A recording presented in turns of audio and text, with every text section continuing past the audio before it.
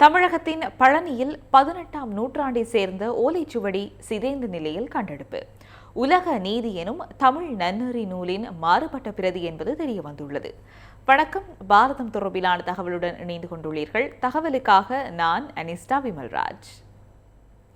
தமிழகத்தின் பழனியை அடுத்து நெய்க்காரப்பட்டி அருகே இருக்கின்ற வேலூரைச் சேர்ந்த சிவலிங்கம் என்பவர் காத்து வந்த ஓலைச்சுவடி ஆய்வுக்குட்படுத்தப்பட்டிருக்கின்றது.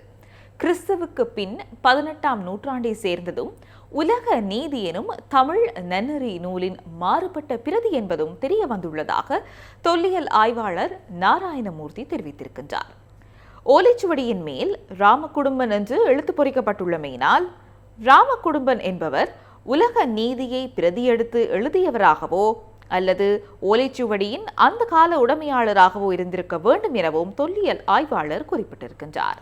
உலக நீதி எனும் நீதி நூலை இயற்றிய உலகநாதர் என்பவர் முருக வழிபாடுடைய சைவ புலவர் ஆவார். திருவாரூரை சேர்ந்தவராக அறியப்படும் இவர் இயற்றிய நீதி போதனை பாடல்கள் உலக நீதி எனும் பெயரில் வழங்கப்படுகின்றன.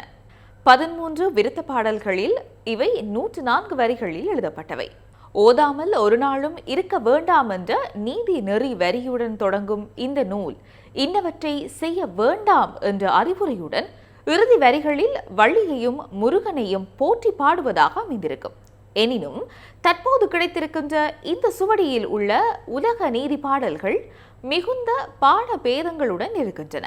ஏடுகள் மிகவும் சிதைந்துவிட்டதால் 8 பாடல்களே கிடைத்துள்ளதாகவும் 5 பாடல்கள் கிடைக்கவில்லை எனவும் தெரிவிக்கப்பட்டிருக்கின்றது. இதில் மூல உலக நீதியில் உள்ள பாடல்களில் இருந்து பல வரிகள் முற்றிலும் மாறுபட்டதாக காணப்படுகின்றன. அத்துடன் மூல நூலில் இல்லாத 2 புதிய பாடல்களும் இந்த ஓலைச்சுவடியில் கிடைத்திருக்கின்றன.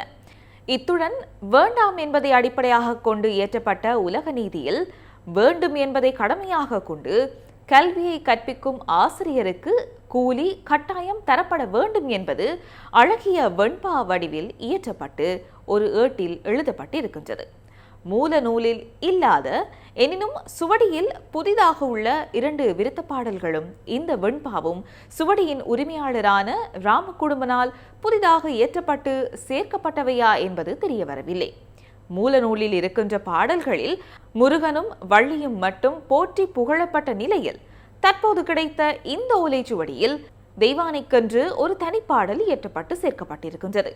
அத்துடன் மூல நூலில் இல்லாத எனினும் பாடல் வடிவமற்ற 16 அறிவுரைகளும் இந்த சுவடியில் இடம்பெற்றிருக்கின்றன.